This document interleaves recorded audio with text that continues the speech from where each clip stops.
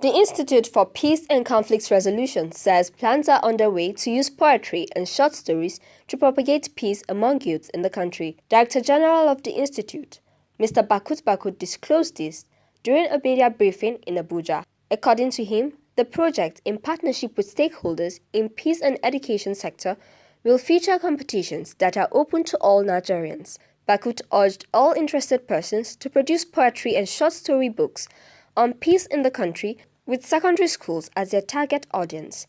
He explained that the objective of the project was to inculcate the culture of peaceful coexistence in the minds and thoughts of youths and boost efforts to mainstream peace in the secondary schools in Nigeria. To provide a platform for attitudinal change from the culture of violence to the culture of peace, especially among the Nigerian youth in the secondary schools, using poetry, building sense of patriotism, solidarity, love, forgiveness, understanding, and tolerance in the hearts and minds of students in secondary school across Nigeria, using poetry and short stories, and to raise a generation of peace builders from the secondary school levels by propagating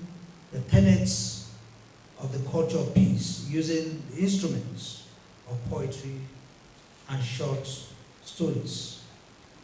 Therefore, the activities of this project will involve a nationwide literary competition which will focus on poetry and short stories.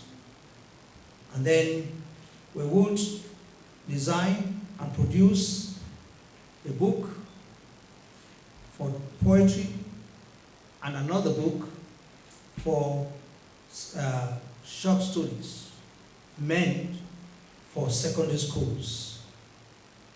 And we would eventually host a conference on youth and peace and security,